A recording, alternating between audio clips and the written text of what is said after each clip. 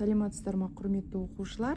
9 сынып 19-да бірінші есепті түсіндірейін сіздерге. Егер бұрыштың градустық өлшемі берілсе, осындай градусқа тең болса, онда бұрышты радиан арқылы жазыңдар дейді. Мысалы, 30 градус біріншісі, мына жерге мен шығарып қойдым, түсіндірейін сіздерге. 30 градус тең пи бөлу 30 градус дейміз. Яғни 180 градусты 30 градусқа бөлеміз де алтын аламыз. Пи бөлу 6 деп жазып аламыз. Пи дегеніміз бізде 3,14-ке тең ғой. Бөлеміз 6-ға, жуықтап алғанда 0,52 радиан шығады екен. Енді екіншісін шығарып көрсетейін сіздерге. Екіншісі бізде 45 градусты береді. Яғни біз не істейміз? Пи бөлу 45 градус дейміз. Яғни 180 градус бөлеміз 45-ке. Сонда бізде на калькуляторда алайық. Сонда 180 бөлу 45. Бізде 4 шығады екен. Сонда 4 деп жазып аламыз да, пи бөлу 4 дейміз. Пи дегеніміз жаңағы алдыңғы есепте түсіндіріп кеткендей 3,14-ке тең, бөлеміз 4-ке. Жуықтап алған кезде 3,14 бөлеміз 4-ке. Сонда 0,100-ден 1785 шығады, оны жуықтап 0,100-ден 79 радиан деп алады екеміз.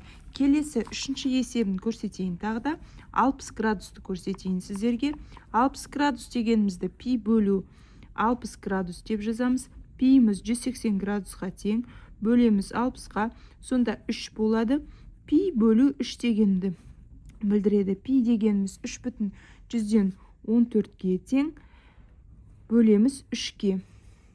Қайтадан 3,100-ден 14 бөлеміз 3-ке.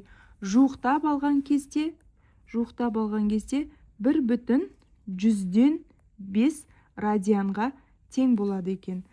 Дәл осылай төртінші есебін шығарамыз. Төртінші есебін жазып қойым мына жерге. 90 градусты есептесек, пи бөлу 90 градус дейміз. Пиіміз біздің 180 градус бөлінеді 90-ға. Сонда бізде ол 2-ге тең. Ол дегеніміз пи бөлу 2-ге. Пиіміз 3,114 дейміз.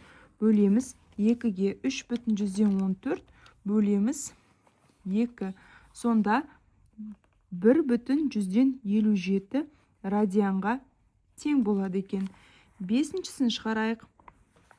150 градус тең болады бізде пи бөлу 150 градус дейміз. Сонда 180 бөлу 150 градус. Жазайық мына жерге. 180 бөлу 150 градус. Сонда бізде ол 1,2-ге тең дейді. Яғни мына жерді